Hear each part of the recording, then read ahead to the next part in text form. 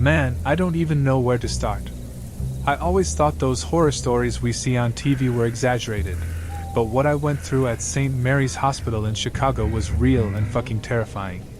It all started when my friend Jack had a car accident. It was a Friday night, and we were heading to a party. He was driving a bit fast and ended up crashing. I was in the passenger seat and came out with just a few scratches, but Jack was seriously fucked up. We called an ambulance and went straight to the hospital. Once we got there, we were attended to quickly, but something was off. The hallways were way too empty, and the lighting was shit. It was that kind of fluorescent light that seemed like it had never been replaced. The nurses looked like zombies, all pale and with dark circles under their eyes. I sat in the waiting room, waiting for news about Jack, but it seemed like no one really gave a damn. After a while, a nurse named Nancy finally came to talk to me. She looked exhausted and told me that Jack would need urgent surgery.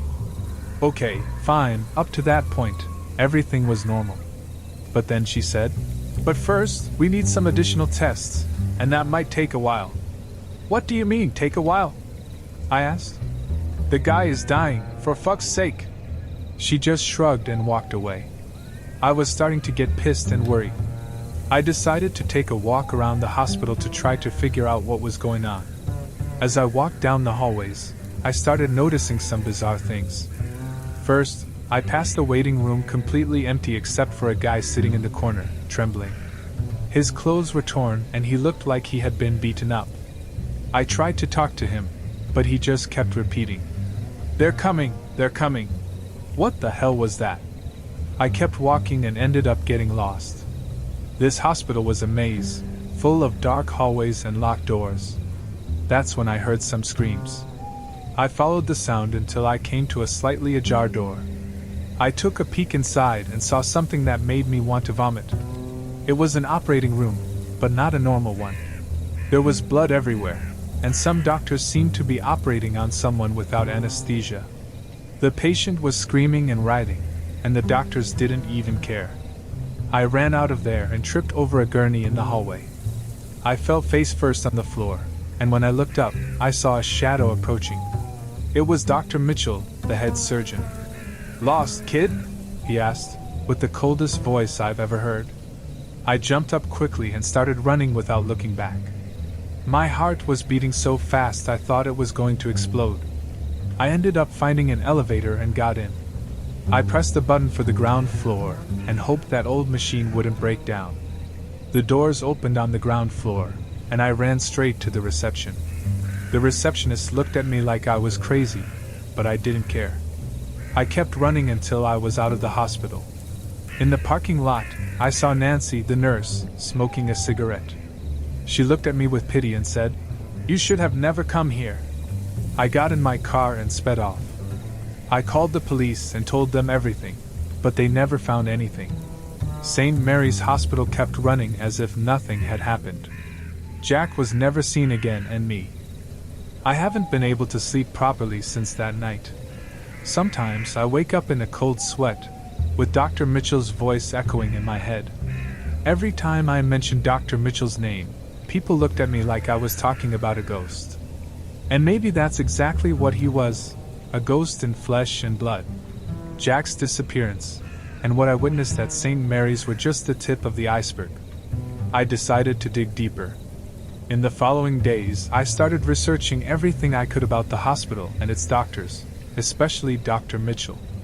I discovered that he had a spotless reputation on the surface, but there were dark rumors in the city's inner circles. People talked about illegal experiments and disappearances, but there was never any concrete evidence. I decided to go back to the hospital, this time more prepared. I needed answers and evidence of what was going on inside. I bought a hidden camera and an audio recorder, hoping to capture anything that could expose those atrocities. I returned to St. Mary's on a Tuesday night when things were quieter. This time, I entered through the back parking lot and found an open window leading to a storage room. The hallways were dark and empty. I walked slowly, trying to remember the way to the ward where Jack had been taken. I passed several locked doors until I found one partially open, from which came low, muffled noises. I approached and peeked through the crack. I saw two nurses talking in hushed tones as they prepared surgical instruments. Something in their expressions chilled me to the bone.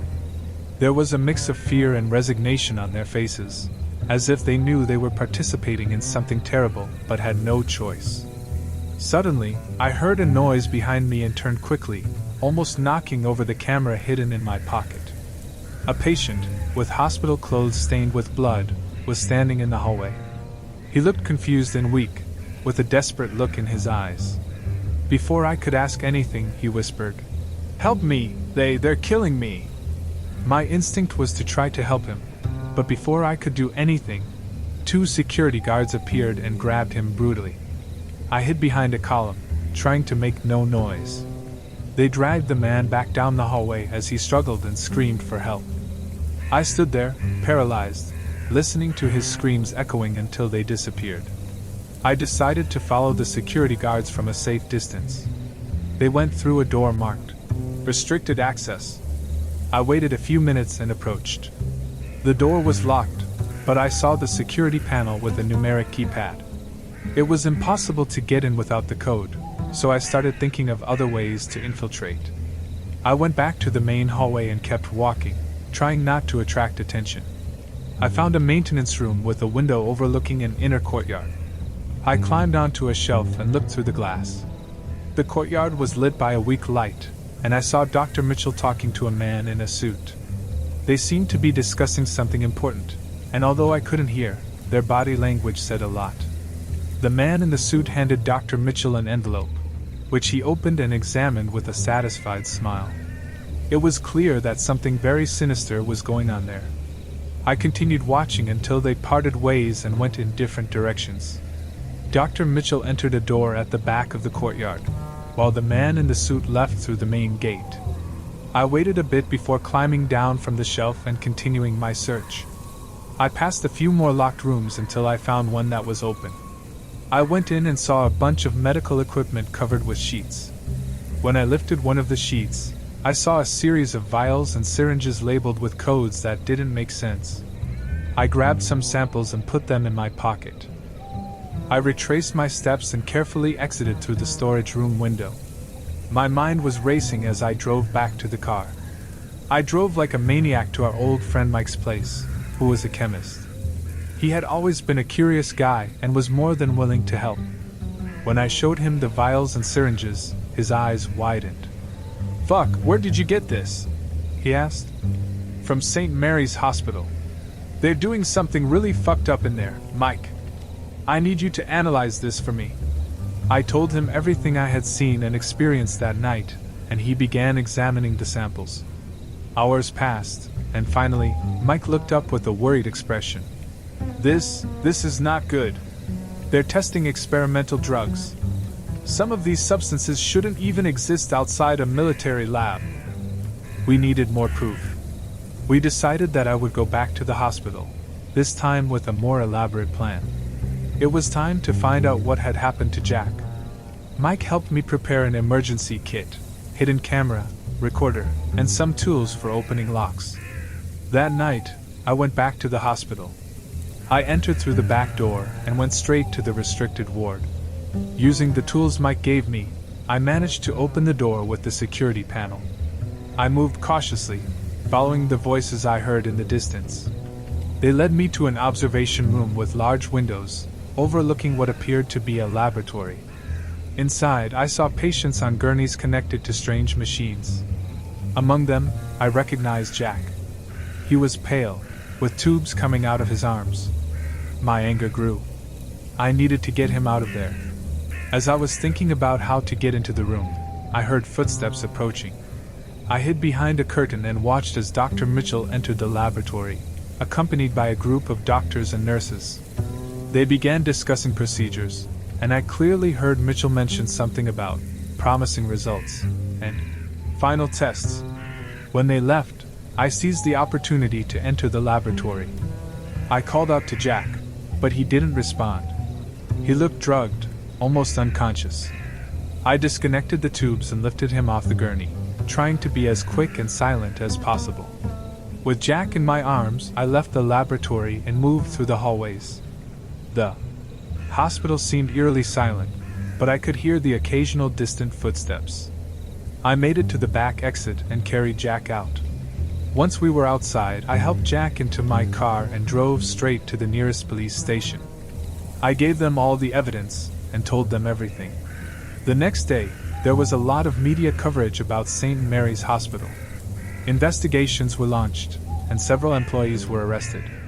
The hospital was shut down, and it was discovered that they had been conducting illegal and inhumane experiments on patients. Jack was in bad shape but survived. It took him a long time to recover from the drugs and trauma, but he made it. As for me, I don't go near St. Mary's anymore, and I always keep an eye on the news to make sure they don't reopen. Sometimes, I still get nightmares about that night, but knowing that I did everything I could to expose the truth helps me sleep a little better. Give us a thumbs up and subscribe to our channel.